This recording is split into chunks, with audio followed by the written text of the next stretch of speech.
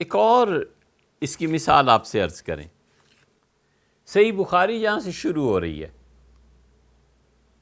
وہاں پہ ام المومنین سے عائشہ رضی اللہ عنہ بتاتی ہیں کہ حضور اقدس صلی اللہ علیہ وسلم غار حرا میں تشریف لے گئے، اور نبی کریم صلی اللہ علیہ وسلم کان النبی صلی اللہ علیہ وسلم یتحنس فی غار حرا، حضور اقدس صلی اللہ علیہ وسلم حرا میں یتحنس،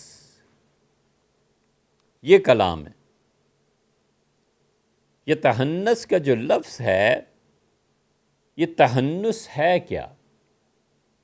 عربوں کی لغت سے پتہ چلتا ہے، لمبی تشریحات ہیں، اس وقت ہمارا موضوع نہیں۔ خلاصہ ان ساری مباحث کا لغوی طور پر یہ ہے کہ عبادت کرتے تھے۔ اب یہاں پر روایت کرتے کرتے وہ کہتے ہیں کہ کان النبی صلی اللہ علیہ وسلم یتحنس فی غار حرا، حضور اقدس صلی اللہ علیہ وسلم غار حرا میں تحنس اختیار فرماتے تھے۔ وَهُوَ التعبد، اور تحنس کے معنی ہے تعبد کے، عبادت، تعبد۔ اس راستے کے لیے بھی یہ الفاظ استعمال ہوتے ہیں جسے چل چل کے مسافر پاٹ دیتے ہیں، پکا کر دیتے ہیں۔ عبادت بھی یہی تقاضا کرتی ہے کہ مسلسل عبادت جاری رکھی جائے، کی جائے حتیٰ کہ وہ ابدیت کی انتہا کو پہنچے۔ یہاں راوی کہتا ہے کہ یہ تحنس فی غار حرا، غار حرا میں تحنس اختیار فرماتے تھے۔ یہ تحنس کیا ہے؟ یہ تعبد ہے، تعبد، عبادت، پوجا،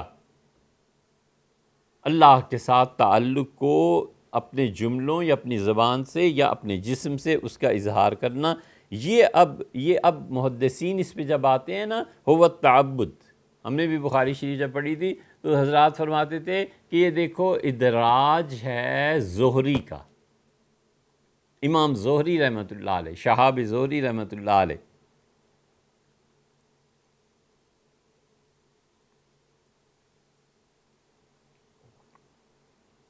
زہری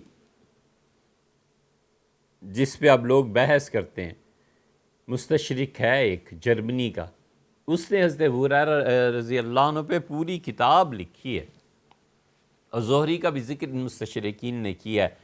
وہ زہری کے خلاف لکھتے ہیں۔ بات اصل ہوتی ہے، لیکن ہم اشارے اس لیے بہت سی چیزوں کے کرتے چلے جاتے ہیں کہ بچوں کو کل یہ خیال رہے کہ یہ علم کا دائرے کتنے وسیع و عریض ہوتے ہیں۔ ان مستشرقین نے زور لگا دیا ہے کہ ابو ہریرہ رضی اللہ عنہ سچے آدمی نہیں تھے۔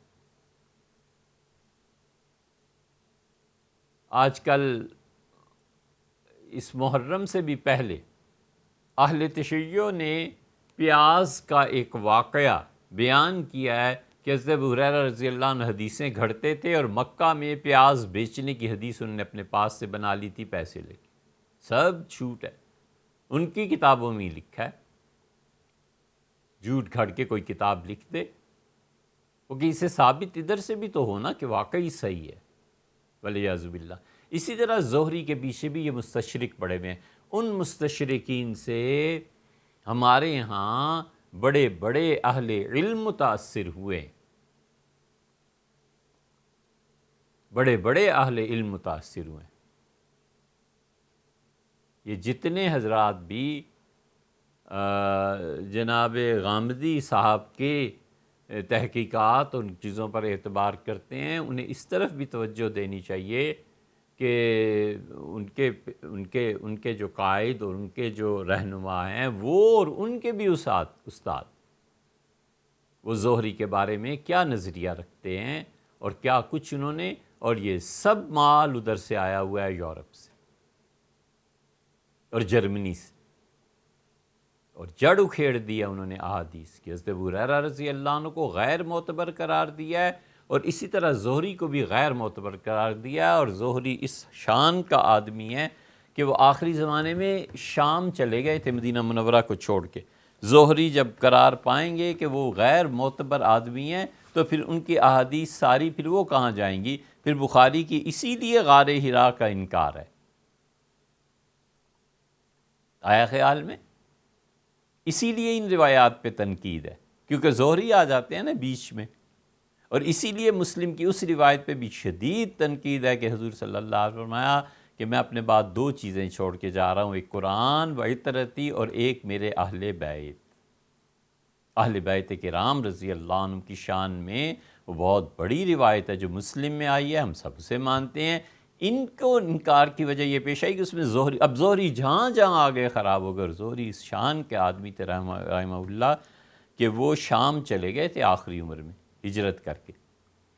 امام مالک رحمۃ اللہ علیہ نے مدینہ منورہ سے خط لکھا کہ حضرت مدینہ آ جائیں، المدینہ تو خیر لہم لو کانوا یعلمون۔ حضور صلی اللہ علیہ وسلم فرماتا مدینہ سب سے اچھی جگہ ہوگی لوگوں کے لیے، کاش وہ جانتے۔